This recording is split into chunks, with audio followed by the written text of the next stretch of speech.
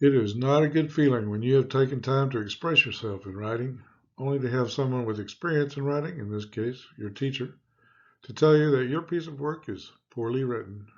Your first reaction is possibly she or he doesn't really know what she or he is doing because I spent a lot of time writing this, followed by a more humble reaction of surely she or he will let me write it over again.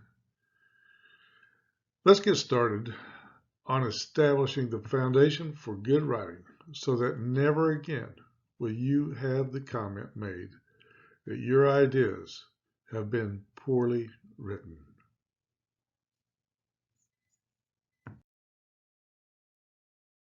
The whole idea of writing is to communicate clearly.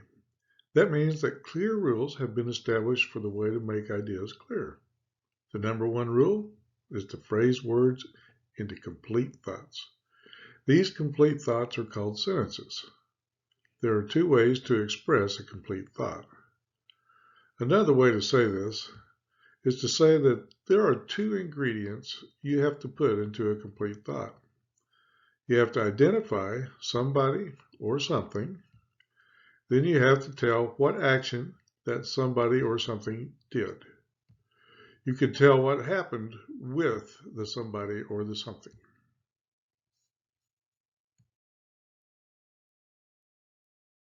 When these two ingredients exist in a thought, it is called a complete thought. And when a thought is complete, you put a period at the end of it. The example in the slide is my family, to somebody, has supported the water project by Cinemark in Africa. The did something part. That sounds easy enough. Complication comes when you have two complete thoughts that have a relationship of some kind to each other. The ingredients are the same. You merely have to place a connector between them. The example in the slide shows the first complete thought or sentence as 15 people, to somebody, were swimming in an unmarked area, the did something part. And the second complete thought or sentence is they, the somebody, were asked to leave, the happened part. So it is placed as a connector in front of the second sentence. The presence of the two ingredients to form a complete thought is called a core, because with only one ingredient, there is no core or no completeness to a person's thought. Thus, when two ingredients come together, somebody did something or something happened, you have a sentence core.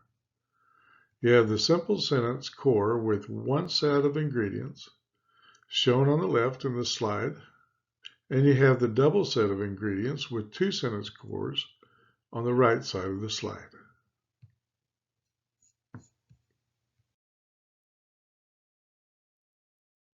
The first principle you should operate by is to control small ideas before trying to control larger, more complex ideas.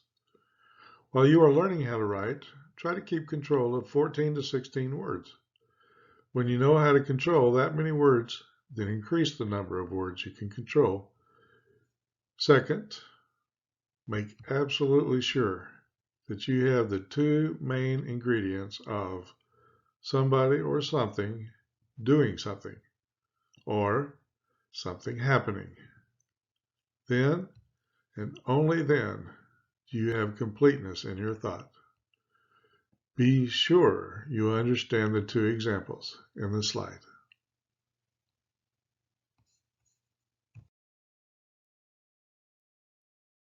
The second principle to operate by is that when you begin to create longer sentences containing larger ideas showing relationships of some kind, you must check to see if the two necessary ingredients for complete thought are in both sides of the connecting word. The examples in the slide show you that both sentences have the two necessary ingredients with a connector between them.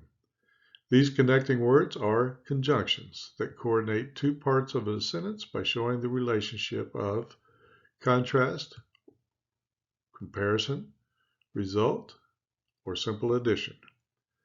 The commonly used coordinating conjunctions are and, or, but, yet, and so.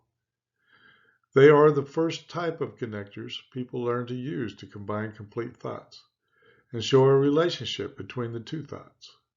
So we call them type 1 connectors, and they combine thoughts of equal importance.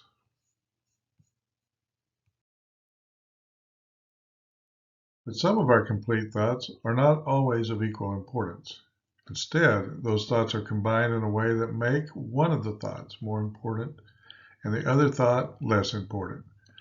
The connector that is used produces the two necessary ingredients to show a relationship of time, place, or reason with the first or primary set of ingredients. The secondary set of ingredients is called subordinate, and the connecting word is a conjunction, just like the words in the last slide. The two conjunctions are different in that the previous slide connectors combined complete thoughts of equal importance. And the complete thoughts in the examples of this slide show that the first set of ingredients is more important than the second set of ingredients because the connector indicates that the second idea in some way adds to the first idea. The connector is called a subordinating conjunction and is abbreviated with SCJ in the slide and in the exercises that follow this video. The second sentence example shows that the additional information is added. There are 5 words that add information in this way. They are called relative pronouns and are abbreviated with RPRO. These words, who, whom, whose, which, and that, also introduce the two necessary ingredients of a complete thought. But they are trickier than the subordinating conjunctions. Sometimes the connecting word is also the somebody or something that is doing something. Both types of connectors are called type 2, since they show a complete thought that is second in importance, since they build on the first idea for some reason.